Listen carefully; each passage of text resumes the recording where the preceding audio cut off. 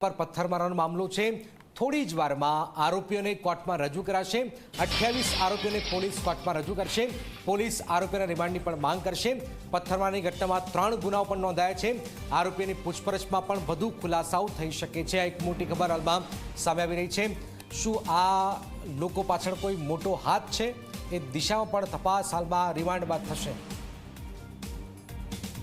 સુરતથી અમારા સંવાદદાતા ચેતન અમારી સાથે જોડાઈ ગયા। ચેતન, આજે આરોપીઓ જે છે થોડી વારમાં કોર્ટમાં પણ રજૂ કરાશે, પણ સૌથી મોટો સવાલ છે એ રિમાન્ડ પછી ખબર પડશે કે આ લોકો પાછળ કોઈ મોટા આંકાઓનો હાથ છે કે નહીં, અથવા આ જ લોકો છે, કોઈ મોટું ષડયંત્ર ચાલી રહ્યું હતું કે શું? ચેતન, શું ખબરો સામે આવી રહી છે?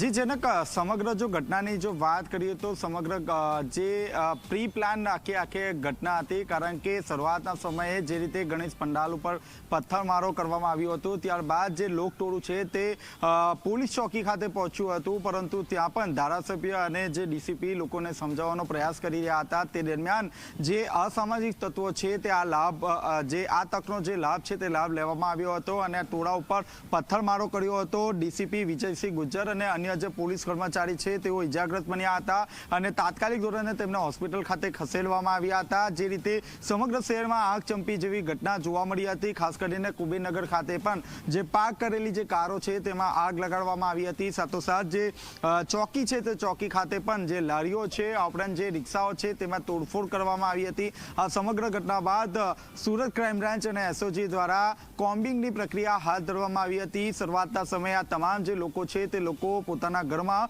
સંતાઈ ગયા હતા, પરંતુ પોલીસ દ્વારા એક જે આરોપીઓ છે તેને રાઉન્ડ અપ કરવામાં આવ્યા હતા। પોલીસે આખી રાત રાઉન્ડ અપની કામગીરી હાથ ધરવામાં આવી હતી, જેમાં 28 જેટલા જે આરોપીઓ છે તેની ધરપકડ કરવામાં આવી છે। મહત્વની વાત છે કે 6 જેટલા નાના જે બાળકો છે તે બાળકોની પણ અટકાયત કરવામાં આવી છે। આ બાળકોની જો ઉંમર આપ સાંભળશો તો કદાચ ચોંકી ઉઠશો। આ બાળકોની ઉંમર માત્ર 12 થી 14 વર્ષની છે।